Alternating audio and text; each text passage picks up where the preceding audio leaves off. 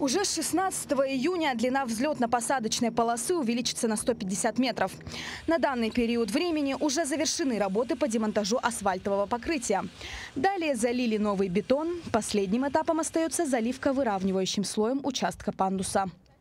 По срокам участок 175 метров должен быть закончен физически до 10 числа, для того, чтобы бетон успел набрать прочность. И мы смогли к 16 числу ввести активный участок ВПП 1800 метров. Далее строительно-монтажные работы продолжатся до 15 августа по плану.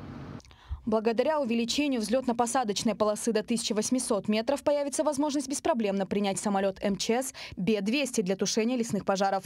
Также прямые перелеты в Москву и Санкт-Петербург будет выполнять только авиакомпания «Якутия».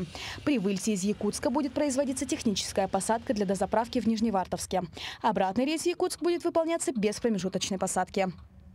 С этого дня аэропорт Якутск начнет принимать среднемагистральные воздушные суда, например, А320 «Нео», сухой Суперджет 100, Боинг 737-800. Это позволит уже летать до Новосибирска, до Иркутска, Владивостока, до Москвы с пересадкой. И получается гораздо больше вместимость пассажиров будет на этих воздушных судах, соответственно.